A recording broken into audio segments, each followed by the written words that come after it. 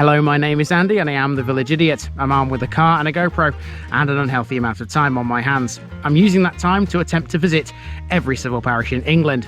You're watching the Harrogate series. Harrogate is a large borough, one of the 11 districts of North Yorkshire. It's got 139 civil parishes. Which one are we in this episode? Welcome back to Harrogate, everybody. It's drab, it's dreary, it's misty, it's foggy. The rain is now starting to fall quite heavily on me head, but to be honest with you, I am still in good spirits. Welcome to a place that has a very big connection with one of our British legends. That would be the man known as Guy Fawkes. I suppose he's not really a legend. It actually did happen, you know, when he tried to blow up the Houses of Parliament. Well, this village has a connection to him. Welcome to the village and the parish of Scotton.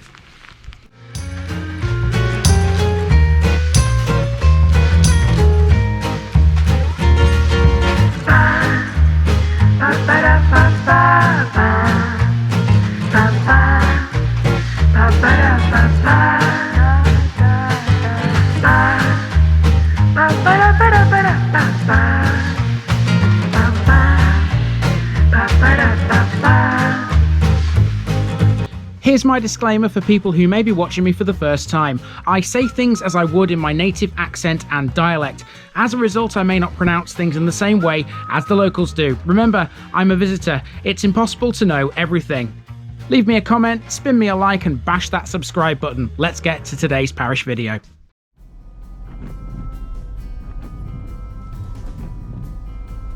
Scotton, Scotsman's farm. For the second time on TVI, I've brought you to a place called Scotton. Last time, we were in the wide open countryside of the Eau Valley in West Lindsey. This time, we're in North Yorkshire, just north of the River Nidd. Despite being so close to the Nidd and by extension, Nidd Gorge, this village does not sit on the river. All the watercourses that flow through the parish actually end up in the River Ure via the River Tutt, which rises between Scotton and Nidd. Scotton is a small, clustered village with a lot of listed buildings and several landmarks of note. The one most people know would be the house next to the church. Legend has it that none other than Guy Fawkes lived in it sometime during his teenage years. British viewers will know exactly who he was, but for those watching overseas, it could be said that Guy Fawkes was England's most famous criminal. It was he who devised the Gunpowder Plot in 1605, designed to destroy the Houses of Parliament. He failed and was executed for it, but every year on November the 5th, he's remembered by way of Guy Fawkes Night, where people hold firework displays and burn bonfires. Here in Scotton, he lends his name to the local pub. Scotton has way more than that though. Let's see what else we can discover about this lovely corner of North Yorkshire.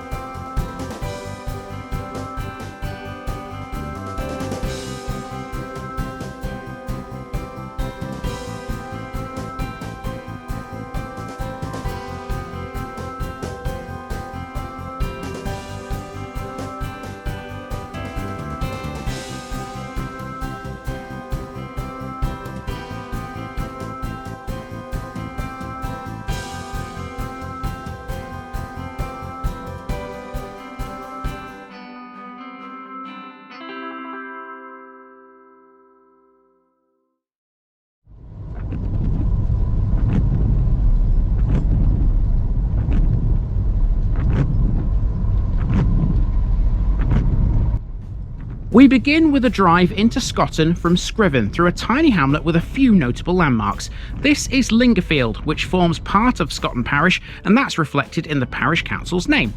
Between Lingerfield and Farnham is where you'll find the Kingfisher Caravan Park, one of the many campsites in the area. This is a quiet family park suitable for tents, touring caravans and motorhomes.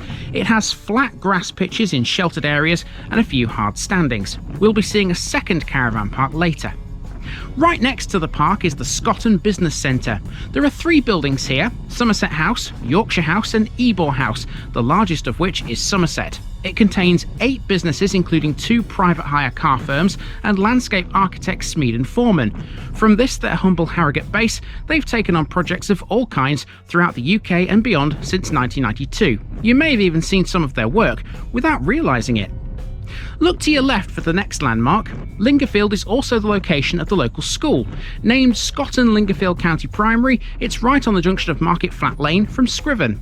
This is also a sporty area. On the other side of the road behind all those trees and hedgerows is a sports complex. It's where Scotton Scorchers Junior Football Club play, and I did my best here to show you one of the entrances, but it was difficult in the car.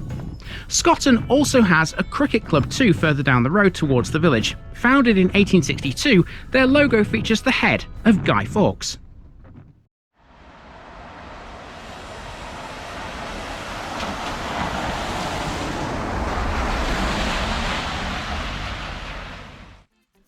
We start on Chantry Lane, which runs up to Scotton Old Hall. It's a private road, but you are allowed access to a cemetery. The Old Hall can be seen here, through the mist. This is believed to be the oldest house in the village, and it has a secret tunnel, allegedly, to Percy House. The cemetery is a Quaker burial ground. In 1670, the land it occupies was given to the local Society of Friends by George Watkinson, who lived in Scotton Old Hall. It's a decent size as Friends burial grounds go, and in typical Quaker fashion, it's well out of the way. Scotton's main road is called Main Street. It runs from the north before splitting into two pieces at the pub, which marks the centre of the village. Scotton's layout is typical of rural North Yorkshire, with its houses grouped along a very narrow thoroughfare. In 1881, the Knaresborough Post described it as dilapidated and decaying, as if it was a corner of land that nobody cared for. That's certainly not true of the modern village. Historically, there were two families who owned most of Scotton, the Percys and the Pullens, and both had connections to Guy Fawkes. This is the old manor house, and it's believed Fawkes himself lived here during his childhood. At that time, it was called Percy House. Historians have tried for a long time to piece together Fawkes' exact movements, but nobody really knows when or for how long he was here. It is known for sure, though, that he was a Scotton resident in 1592, and his mother once lived in this house. Folklore would have you believe that this house was where the Gunpowder Plot was concocted, but there's no evidence of Fawkes visiting the village after 1603, making that extremely unlikely. Next door is the church dedicated to St. Thomas the Apostle. Despite looking quite old, this is actually pretty modern. It was built in 1889 on the site of a Bronze Age burial mound. Before it existed, Scotton had no Anglican church at all, and residents either had to walk to St Oswald's Church at Farnham or attend makeshift services held in a local house. Unusually, there was a chapel for the Methodists though. On the edge of the churchyard we find the War Memorial. This one is for World War I only, and it displays the names of 4 local men. After the church we pass our finishing point, Smithy Lane. Main Street continues with the occasional tree and some newer houses, clearly infilled at some point between the centuries-old terraces that continue to line the road. Public transport next, and you can get a bus to Scotton. The village is served by 2 in fact, the numbers 22 and 23, and by now we all know where they go. After that stop, through the mist, you can just about make out the silhouette of the Methodist chapel sticking out into the road. That's next. Scotton's Methodist Chapel was built in 1825, predating St Thomas's Church by more than 60 years. It's still as well used today as it always has been. Religiously, Scotton was a non-conformist hotbed. Arguably here, the Methodists and the Quakers were more important than the Anglicans. Now let's talk pubs. Scotton once had at least 3. One was called the George IV, which is now George House. This archway can be found at the centre of Bay Horse Mews. These houses stand on the site of the Bay Horse pub, which was demolished in the late 20th century. Now we've arrived at the Guy Fawkes Arms. It's an 18th century building which was originally called the Star. Its name was changed in the 1970s to reflect the local history. Every year, Scotton holds a Guy Fawkes Night, a celebration of his failed plot to destroy the Houses of Parliament. The pub is where the parish notice board is. Tick it off. The pub's wall also features an artwork which mysteriously appeared on it in 2021. It depicts Guy Fawkes throwing COVID-19 passports into a fire. This is generally believed to be the work of the anonymous street artist, Banksy. The road has now split into 2 pieces. Main Street continues southeast towards Knaresborough, but for us it's southwest along Haverhill Lane and past modern housing estates like Haverhill Park and Scotton Court. Although small, Scotton sees a lot of traffic. As such, traffic calming measures like these have been installed here to slow down cars. It's sometimes used as a shortcut by people wishing to travel from the A6055 to the B6165 and vice versa. The village is also a popular route for many to the beautiful Nidd Gorge. Now we've turned onto Meyersyke Lane, which has a few modern side streets like Shepherd's Court. This will link us back to Main Street and form a nice little loop. Meyersyke Lane doesn't have a lot to write home about. It does though have a Georgian mansion called Scotton Lodge and the mill house, which was once its stable block. As its name suggests though, the latter was originally built for a different reason. It was a tannery at first and then later served as a flax mill. Both properties are Grade 2 listed efforts.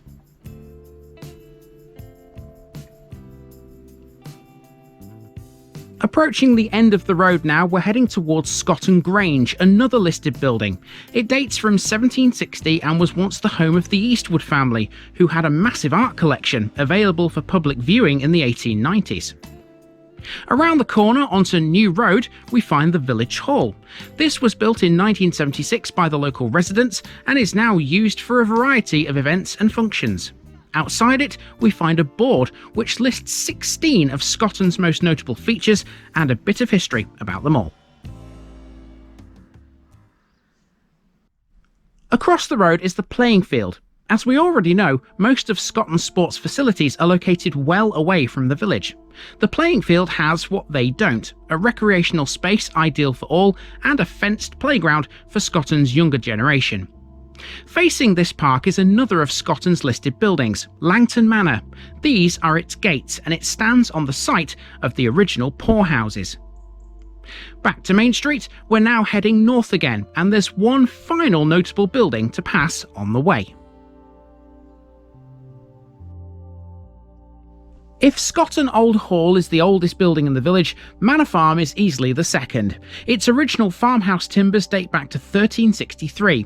It gives its name to Manor Farm Way, the modern cul-de-sac which it stands on the end of.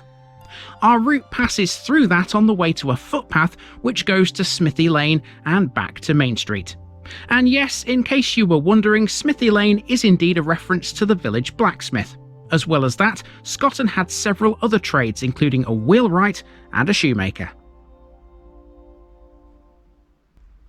Okay, so what this path does is it links us to a bridleway that comes out on the main street near the church, and that will complete the circuit of Scotton. I always watch my step a little bit here because it's very muddy in places, this path, and it's slightly downhill as well. So I don't want to slip and fall over. That would not be a good idea. So yeah, we'll follow this until it turns into that bridleway, and I'll see you at the car in a moment. Okay, and we've made it back to the car all the way around the village and the parish of Scotton. Well, the village, not quite the parish, because there is one last final driving section I'll need to do before we leave this one behind. So let's hop in the trusty old motor and let's get to it.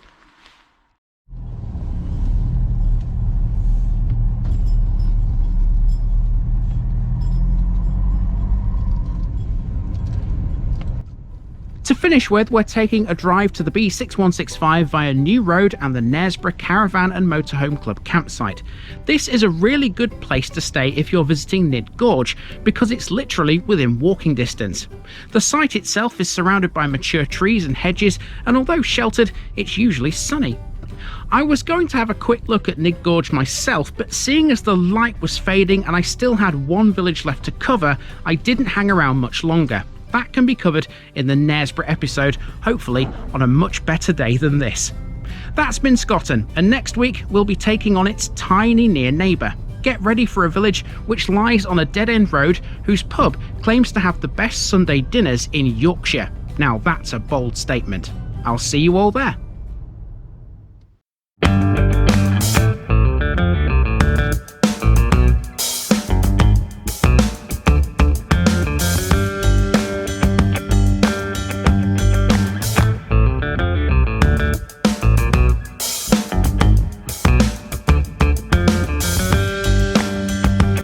Thanks for watching this video, folks.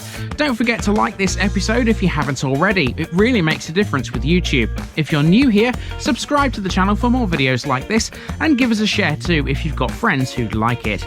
You can find all the links to my social media accounts below, as well as my Buy Me a Coffee page where you can donate to the channel. Also, if you've enjoyed this episode, have a look at some more videos in this series. Until next time, I've been Andy, also known as the Village Idiot, and I'm out.